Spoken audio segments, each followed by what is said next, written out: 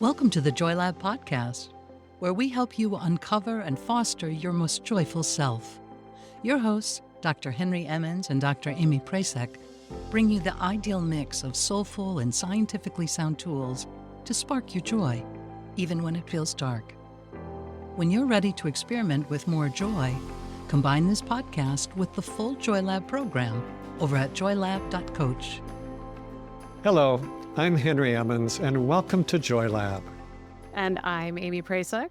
And today we are starting our month of focus on sympathetic joy, which can sound kind of weird. So let's first just talk about what it is. Henry, do you want to explain the essence of sympathetic joy and how it can help us? Sure. I can't help but think that it's the word sympathetic that is sort of hard to get our minds around.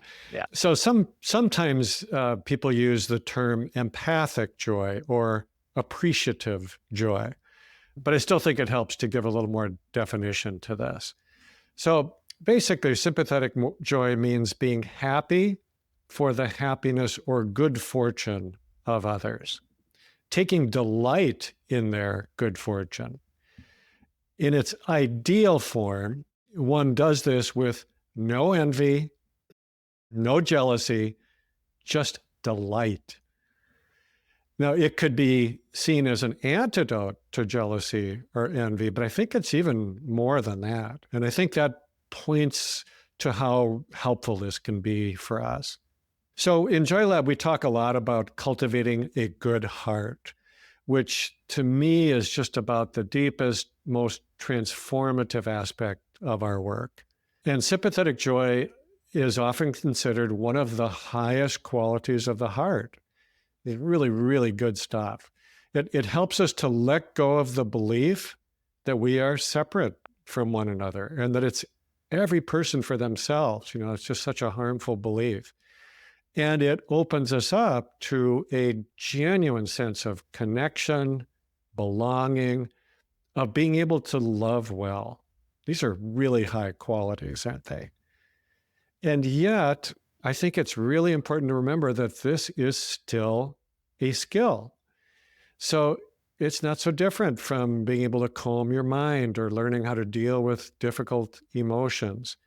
It might seem like it's unattainable sometimes, like when we're feeling insecure or when jealousy or envy just pop into our minds before we even know that it's hit us.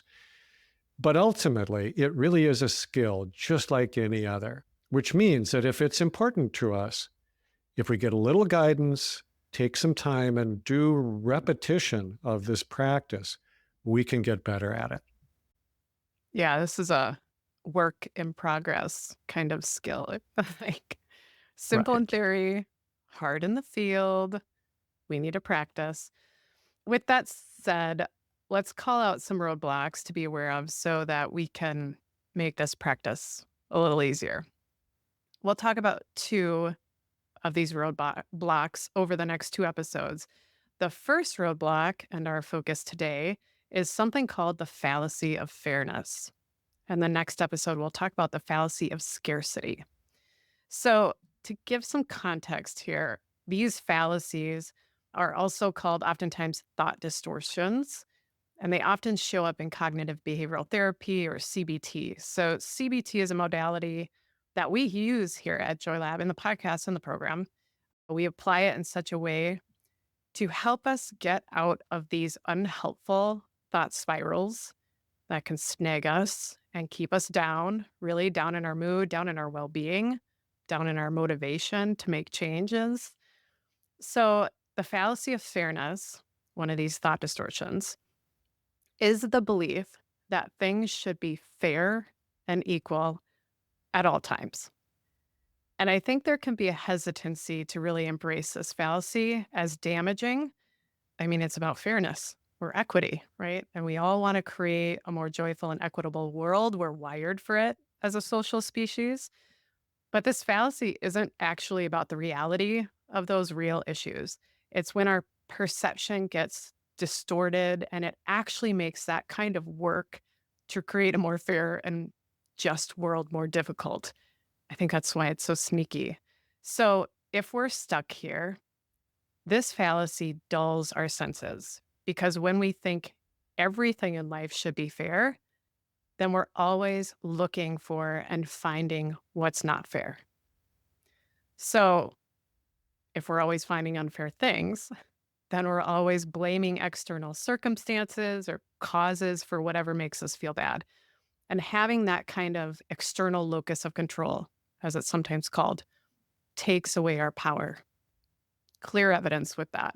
And most often, we're left blaming others for everything uncomfortable in our lives. And we're also left feeling helpless and unmotivated, sort of taking it to its extreme here. But we're following down this path if we get stuck in this fallacy. Sort of on that note, this fallacy is also related to something called a victim mentality. And I want to get into that in a future episode. That's a whole nother conversation. So, Henry, remember that. Let's talk about that. Note to self. So this fallacy, I think the point here really clouds our vision so that when something really does rise up, an unfair thing that we humans caused and that we can change, then we are more likely to miss it. I think that's important to note. We don't act because it's like part of the sea of unfair things that we've perceived. So we lose that power of discernment to actually see where we can act and then the motivation to take that first step. So I want to give a recent example of this fallacy that came up for me and that I think folks can resonate with. So I had a really busy week recently, and busy in such a way that I was doing a bunch of stuff for other people, which was good, and I'm glad I did. But I then needed to make up work for all of that extra work I had added in. I needed to sort of work at all these odd hours. So I was just working around the clock, and it was over my limit. And so Friday rolls around, and I am so ready to sit in my chair and watch as many hours of Netflix as humanly possible, which I was fine with. That was my healthy, restful moment I wanted. And my husband usually does bedtime with our 6-year-old. So they had already headed upstairs, and I started to make the most amazing mocktail, which I'll just note is a preserved lemon, tonic water, olive drink that I love and that has successfully reduced my old-fashioned intake. I think we talked about that a year ago. One of my resolutions, which I am happy to say worked. Maybe I'll put it in the show notes. Anyway, so I sit down. I am ready to take that first sip. And then I hear my husband holler down the stairs, "Amy, can you come up here?"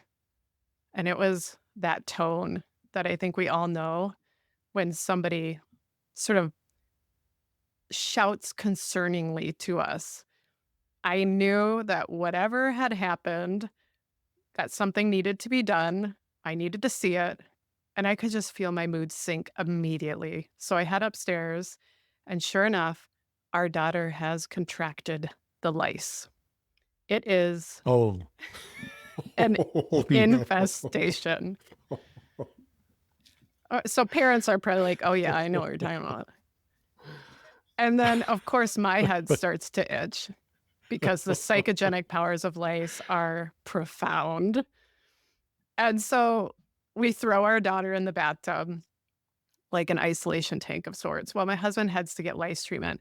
And then I start pulling off the sheets and, on all the beds, start doing the laundry that I know will take forever, on top of having to pick out those MFing bugs from everyone's hair. And this thought surges in me, this is so unfair. And it's getting bigger. So I'm ripping off the sheets on all the beds, pillowcases, and I'm fuming, thinking I worked all week for everyone else and then had to work twice as hard to stay on top of my work for what? To be rewarded with lice. This is so unfair. And then the thought also popped into my head, because this is what we work on. The fallacy of fairness has arrived. Has also came with the lice. So I stopped for a moment and I asked myself, okay, what would be fair? Should everyone have lice? right? If I have to have lice now, would it be fair if everyone else had lice too? Which seemed ridiculous and terrifying, right? A mass lice infestation would be terrible for all of us. Worse for me as well. So, do I wish lice did not ever exist and nobody ever got them? And it made me step back again from this tornado that I was creating of thoughts to think, well, this actually isn't so bad. Okay, there's a simple treatment. We can afford it. We can get it easily. It was probably time to wash the bedding anyway. So I was sort of able to come out of this downward spiral, but just checking my thoughts for a moment, checking the fallacy. And then I kid you not, here's what happened next.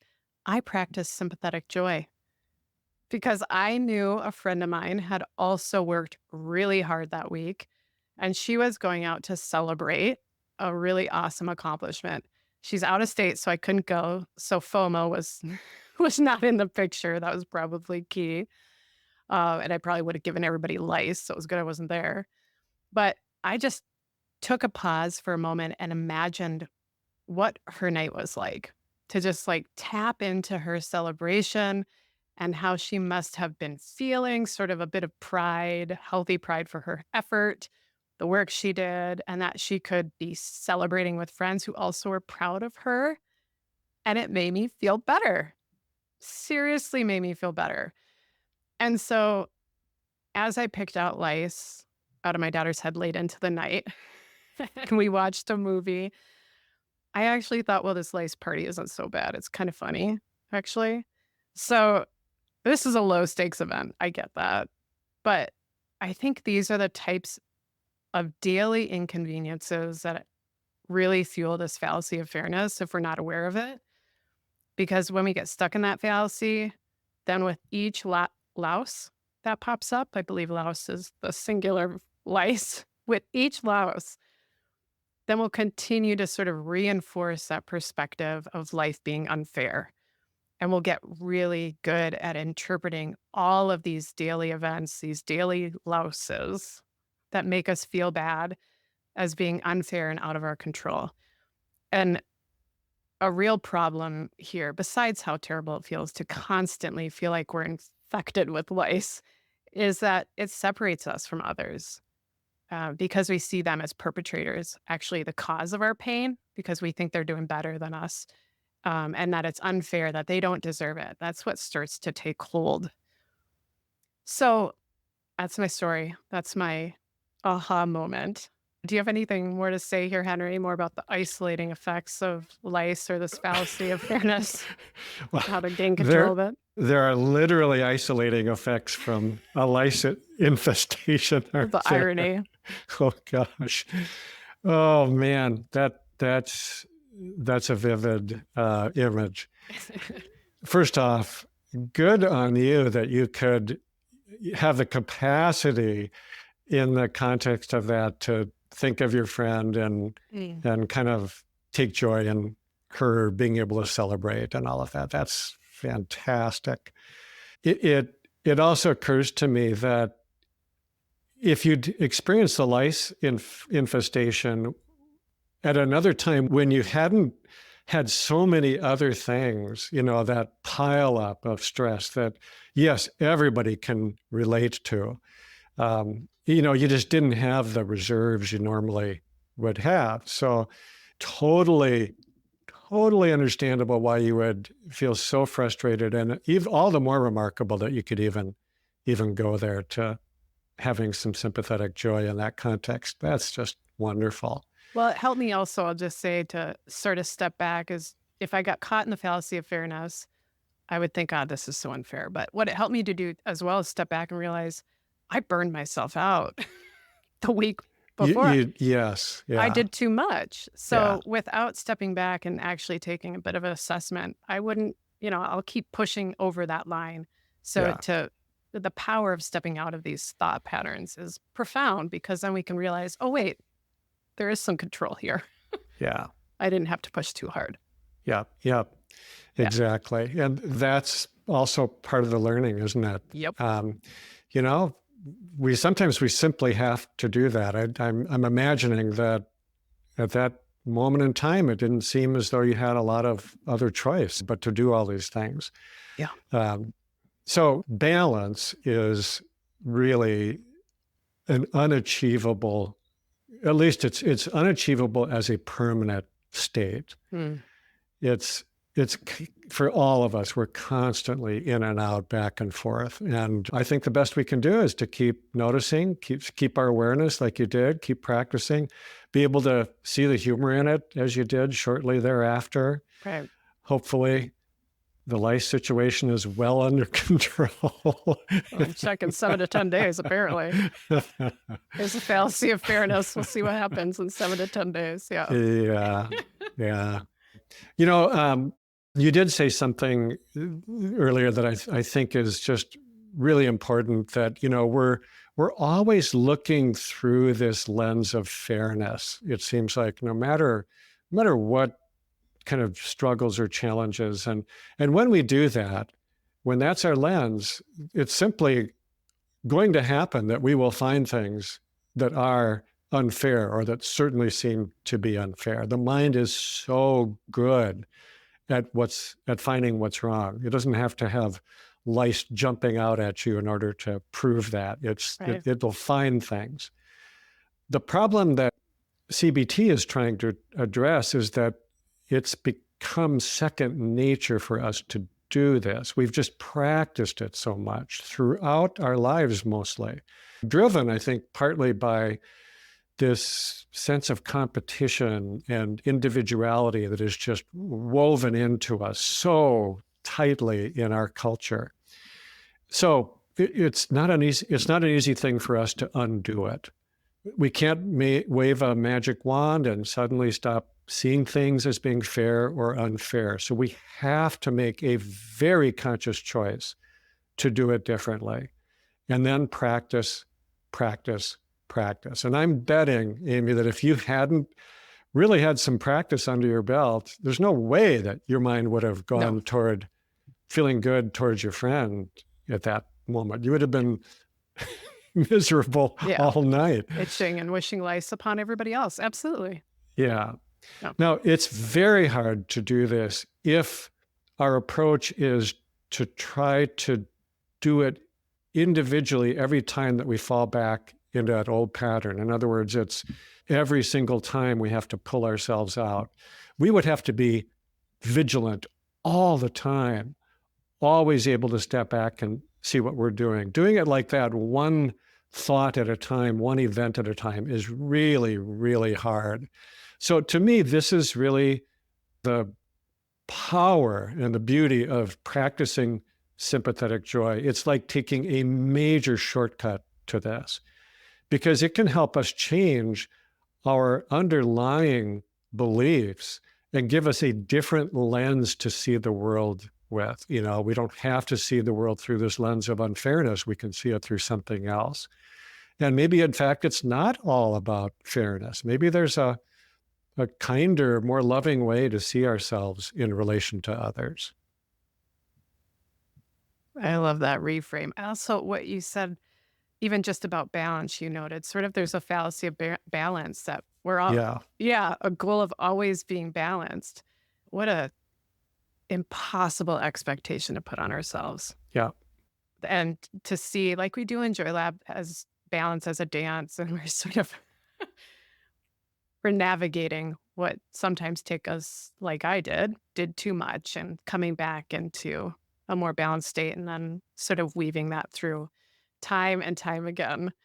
But as you noted, sympathetic joy gets at this fallacy of fairness, this fallacy of balance. I kind of see it as a slap in the face to wake us up and look around, to step into some joy, to see the light that is still around, just kind of, as you noted, that kindness and goodness that is there, even when things might be perceiving as dark and unfair, that there is still joy there. It's a powerful reframe. And I think it also reminds us that we do not need to sacrifice our joy and our power to this fallacy, to someone else who we think is better off. Yeah, that's such a great way to put it, Amy. We don't have to sacrifice our joy. Yes. In a very real way, that's just what we're doing. We're voluntarily giving it up. We're making the choice that fairness in that moment, what we perceive as fairness, is more important to us than joy. Yeah. Now, obviously, we're doing that unconsciously most of the time. But if we can step back and look at it, why would we want to do this to ourselves? It makes no sense, of course. The mind and the heart are not always aligned with each other. They're not always on the same side, and that can really complicate our lives. But if we can bring them together, when they're in alignment with one another, the world around us just tends to be a friendlier, more joyful place. Yeah, the mind and the heart are not always on the same side. Yeah. That's it, right? And like you said, we can bring them together. That's what we do here. I hope you all feel that, to trust yourself through this process as we uncover joy. We've all got powerful tools right now that can help us come back into alignment, just like you noted, Henry. There are two quotes that I think I want to end us with. The first is a face slap for the fallacy, and then the second one might feel better. So this first one is from Ralph Waldo Emerson. Let's try to listen with an open mind and open heart. Here it is. Let me never fall into the vulgar mistake of dreaming that I am persecuted whenever I am contradicted. Oof. Something about that just wakes me up. And second, some motivation to do this thoughtful work from Dr. Margaret Mead. Never doubt that a small group of thoughtful, committed citizens can change the world. Indeed, it's the only thing that ever has. Thank you for listening to the Joy Lab podcast. If you enjoyed today's show, visit joylab.coach to learn more about the full Joy Lab program. Be sure to rate and review us wherever you listen to your favorite podcasts. Please remember that this content is for informational and educational purposes only. It is not intended to provide medical advice and is not a replacement for advice and treatment from a medical professional. Please consult your doctor or other qualified health professional before beginning any diet change, supplement, or lifestyle program. Please see our terms for more information.